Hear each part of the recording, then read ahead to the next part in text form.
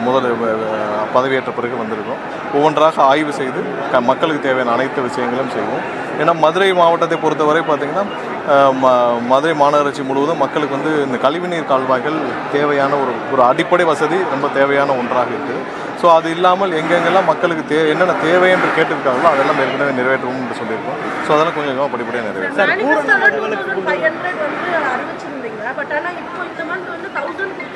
இல்லை உங்களுக்கு இப்போ பட்ஜெட்டில் அடுத்த வர்ற நிதிநிலையில் சேர்த்து தான் அதை அறிவிக்க முடியும். ஏன்னா ஃபினான்ஷியல் பட்ஜெட் முடிஞ்ச பிறகு தான் அதை அறிவிக்க முடியும். ஸோ அதற்கான நிதி ஆதாரங்கள் எல்லாரையும் சேர்த்து தான் அறிவிக்க முடியும். ஸோ அதுக்கு கொஞ்சம் டைம் வேணும்னு கண்டிப்பாக எங்களுடைய முதலமைச்சர் சொல்லியிருக்காரு.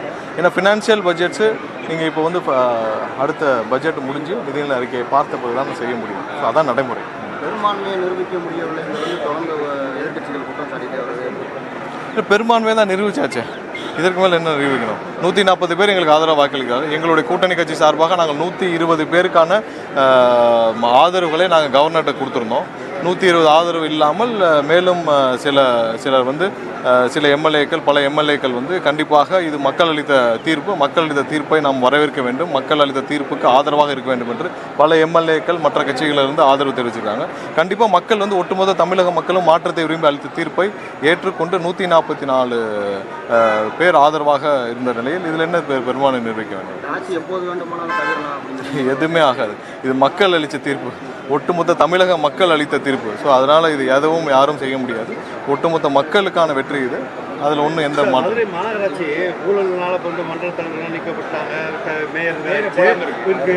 இப்போ மாநகராட்சி எப்படி செயல்படுத்துவாங்க? இந்த ஆட்சியில் எப்படி செயல்படுத்த மதுரை மாநகராட்சி மட்டுமே தமிழ்நாட்டில் ஒரு முடக்கப்பட்ட? ஏன்னா இது போன ஆட்சியில் அந்த 4 வருஷத்தில் மொத்தமாக மாநகராட்சியில் 400 கோடிக்கு மேலே ஊழல்கள் பிடிபட்டிருக்கு. அதில் நிறைய விசாரிக்கப்படாமல் இருக்குது. நிறைய மக்களுடைய பணங்கள் திருடப்பட்டிருக்கு. ஸோ இது அனைத்தும் விசாரிக்கப்பட வேண்டும். மற்றபடி இல்லாமல் மாநகராட்சியில் இப்போ என்ன பணிகள் நடந்துகிட்டு இருக்கோம், ஏன்னா அடுத்து வர்ற பட்ஜெட்டுக்கு அப்புறம் தான் இதை பண்ண முடியும். உள்ளாட்சி தேர்தலும் விரைவில் எப்போ வருதுன்னு நம்ம பார்க்கணும். ஸோ அதனால் மாநகராட்சியில் இதுவரை நடந்த ஊழல்கள் அனைத்தும் இது பண்ண வேண்டிய சீரமைக்க வேண்டிய பணிகள் நிறைய இருக்குது. ஏன்னா ஊழல் இல்லாமல் தடுக்கப்பட வேண்டிய ஒரு முன்னெடுப்பை எங்களுடைய முதல்வர் வந்து எல்லா இடத்துலையும் முன்னெடுத்துருக்காங்க.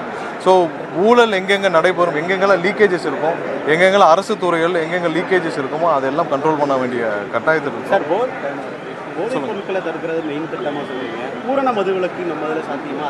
இல்லை, ஒவ்வொன்றும் படிப்படியாக தான் செய்ய வேண்டிய கட்டாயத்தில் இருக்கும். முதல் கட்டமாக 717 மதுபான கடைகள் மூடப்பட்டிருக்கு. அது இல்லாமல் எல்லா இடத்துலையும் குட்கா போன்ற மதுபான பொருட்கள்லாம் தடை செய்யப்பட்டிருக்கு. அதையெல்லாம் நிறுத்தப்பட வேண்டிய கட்டாயத்தில் இருக்குது.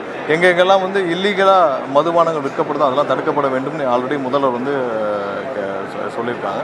ஸோ இதெல்லாம் படிப்படியாக செய்யப்பட்டு என்ன தமிழக மக்களுக்கு தேவையோ அது மற்றபடி எங்கேயுமே வந்து இந்த தமிழக மக்களுக்கு விரோதமான எந்த ஸ்டெப்பையும் கண்டிப்பாக முதல்வர்கள் எடுத்துக்கணும். நீட் தேர்வுக்கு வந்து பழைய முதல்வர் வந்து தொடர்ந்து கடிதமாக எழுதுறாருன்னு சொல்லி இப்போ இருக்க முதல்வர் குற்றச்சாட்டு வச்சார். ஆனால் இப்போ முதல்வரும் திரும்ப ஏன்னா நீட் தேர்வு ஒன்றிய அரசுடைய கண்ட்ரோல் இருக்குது.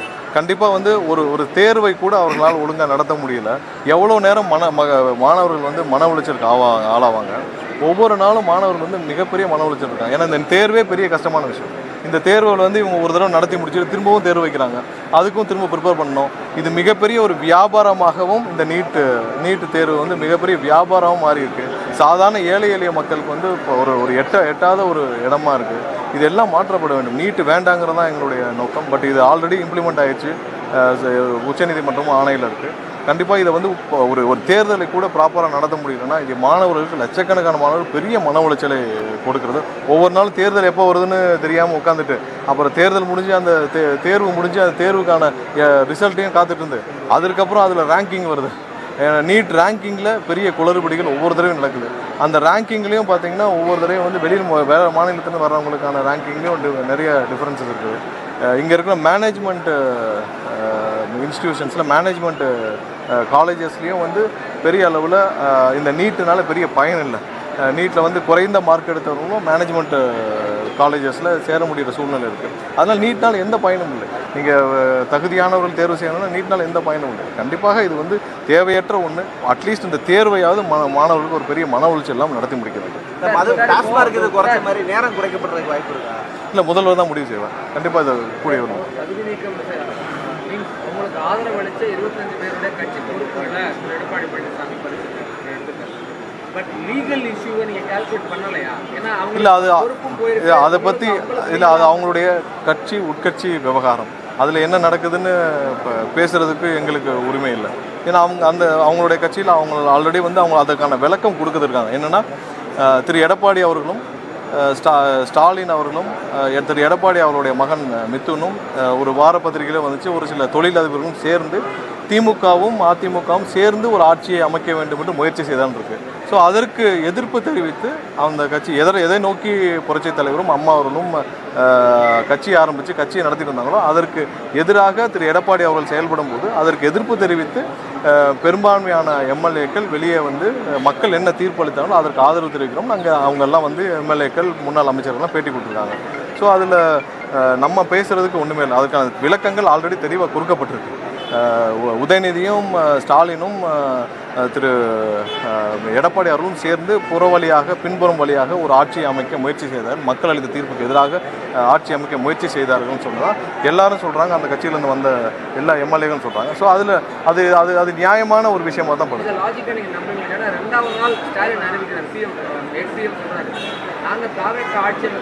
இல்லை கண்டிப்பாக இதற்கான முயற்சிகள் 100% நடந்தது. அவர்கள் இருவரும் சேர்ந்து ஆட்சி அமைக்க 100% முயற்சி செய்தார்கள். அதை அவர்கள் கூட்டணி கட்சியில் இருந்த அனைவரிடமும் கூப்பிட்டு பேசினார்கள் என்று தகவல் கேள்விப்பட்டோம். ஸ்டாலின் அவர்களும் அவருடைய கூட்டணி கட்சியில் இருந்த முக்கிய தலைவர்களை கூப்பிட்டு ஆலோசித்தார்.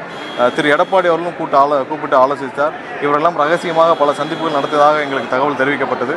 கண்டிப்பாக இவர்கள் 100% முயற்சி செய்தார்கள்.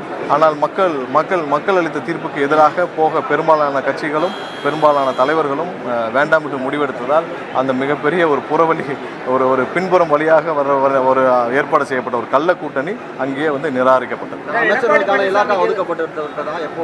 இல்லை, முதல்வர் விரைவில் யார் யாருக்கு என்ன இலாக்கான்றதை முடிவு செய்து முதல்வர் அறிவிப்பார்.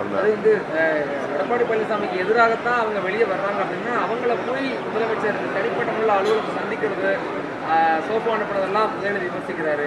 இல்லை, அது யாரெல்லாம் வந்து அங்கே முக்கியமான ஒரு தலைவர்கள் எங்களுடைய தலைவரை பார்க்க விரும்பினார்களோ அவர்களை சந்திக்கிறது ஒன்றும் தப்பு இல்லை. தனிப்பட்ட முறையில் அவங்களுடைய இல்லத்திலையும் அவங்களுடைய அலுவலகத்திலையும் சந்திக்கிறதுல யாருக்கும் எந்த மாற்று கருத்தும் இல்லை. அதனால் எந்த இதுவும் அவங்க ஆல்ரெடி வந்து ஒரு வாரமாக அவங்க எதிர்நிலையில் இருக்கிறாங்க, அவங்க எதிராக செயல்படுறாங்க. அதில் ஒரு சில பேர் வந்து சந்திக்கணும்னு விருப்பப்பட்டப்போ எங்களுடைய தலைவர் முதல்வர் வந்து முக்கிய தலைவர்களை சந்திக்கும் போது அவர்களை சந்திப்பதில் எந்த தவறு இல்லை.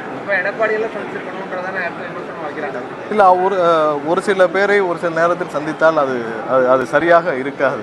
ஏன்னா அரசியல் சூழ்நிலையில் ஒரு சில பேரை சந்தித்தால் அது மக்களுக்கும் எதிராக இருக்கும், சூழ்நிலையும் அது எதிராக இருக்கும். அதனால் அது சரியாக இருக்காது என்றால் சந்திப்பு ஏற்பாடு செய்யப்படும். நன்றி. அனைத்து விதமான உள்ளூர் மற்றும் உலக செய்திகளுக்கு நமது www.adhiban.com என்ற இணையதளத்தை பார்வையிடவும்.